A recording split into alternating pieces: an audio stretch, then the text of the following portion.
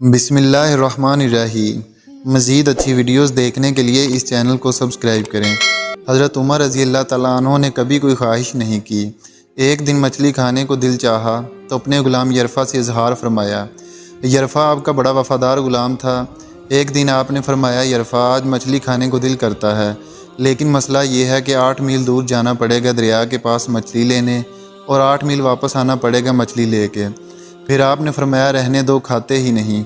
ایک چھوٹی سی خواہش کے لیے اپنے آپ کو اتنی مشقت میں ڈالنا اچھا نہیں لگتا کہ 8 میل جانا اور 8 میل واپس آنا صرف میری مچھلی کے لیے۔ چھوڑو یرفع، اگر قریب سے ملتی تو بات اور تھی۔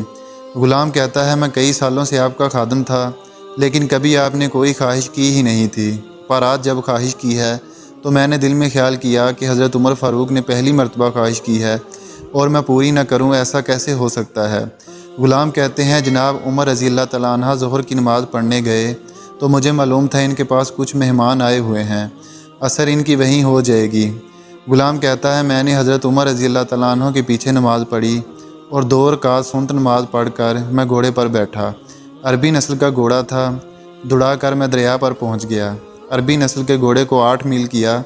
کہتے، وہاں پہنچ کر میں نے ایک ٹوکرا مچھلی کا خریدا اور حضرت عمر رضی اللہ تعالیٰ عنہ کی عصر کی نماز ہونے سے پہلے میں واپس بھی آ گیا، اور گھوڑے کو میں نے ٹھنڈی چھاؤں میں باندھ دیا تاکہ اس کا جو پسینہ آیا ہوا ہے وہ خشک ہو جائے اور کہیں حضرت عمر فاروق دیکھ نہ لیں۔ غلام کہتا ہے کہ گھوڑے کا پسینہ تو خشک ہو گیا، پر پسینے کی وجہ سے گرد و غبار گھوڑے پر جم گیا تھا، جو واضح نظر آ رہا تھا کہ گھوڑا کہیں سفر پہ گیا تھا۔ پھر میں نے سوچا کہ حضرت عمر رضی اللہ تعالیٰ عنہ فاروق دیکھ نہ لیں۔ پھر میں جلدی سے گھوڑے کو کنویں پر لے گیا اور اسے جلدی سے غسل کرایا اور اسے لا کر چھاؤں میں باندھ دیا۔ جب ہماری خواہشات ہوتی ہے تو کیا حال ہوتا ہے، لیکن یہ خواہش پوری کر کے ڈر رہے ہیں کیونکہ ضمیر زندہ ہے۔ فرماتے ہیں، جب عصر کی نماز پڑھ کر حضرت عمر فاروق آئے، میں نے بھی نماز ان کے پیچھے پڑھی تھی۔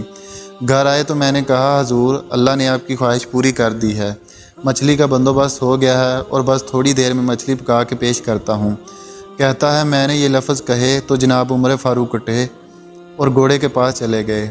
گھوڑے کی پشت پہ ہاتھ پھیرا، اس کی ٹانگوں پہ ہاتھ پھیرا اور پھر اس کے کانوں کے پاس گئے اور گھوڑے کا پھر ایک کان اٹھایا اور کہنے لگے، یرفع، تو نے سارا گھوڑا تو دھو دیا، لیکن کانوں کے پیچھے جو پسینہ صاف کرنا تھا تجھے یاد ہی نہیں رہا، اور یہاں تو پانی ڈالنا بھول گیا۔ حضرت عمر رضی اللہ تعالیٰ عنہ گھٹنوں کے بل زمین پر بیٹھ گئے اور کہنے لگے، او یار یرفع، ادھر آ، تیری وفا میں مجھے کوئی شک نہیں ہے، اور میں کوئی زیادہ نیک آدمی بھی نہیں ہوں، کوئی پرہیزگار بھی نہیں ہوں، میں تو دعائیں مانگتا ہوں، اے اللہ میری نیکیاں اور برائیاں برابر کر کے مجھے معاف فرما دے۔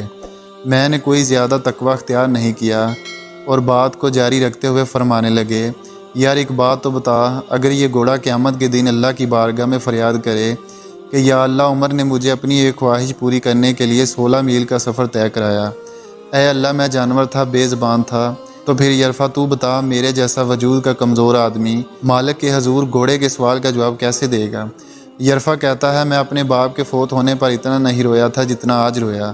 میں تڑپ اٹھا کہ حضور یہ والی سوچ، یہاں تو لوگ اپنے ملازم کو نیچا دکھا کر اپنا افسر ہونا ظاہر کرتے ہیں۔ غلام رونے لگا۔ حضرت عمر رضی اللہ تعالیٰ عنہ فاروق کہنے لگے، اب اس طرح کر، گھوڑے کو تھوڑا چارہ اضافی ڈال دے، اور یہ جو مچھلی لے کر آئے ہو اسے مدینے کے غریب گھروں میں تقسیم کر دو، اور انہیں یہ مچھلی دے کر کہنا کہ تیری بخشش کی دعا بھی کریں اور عمر کی معافی کی بھی دعا کریں۔ سبحان اللہ۔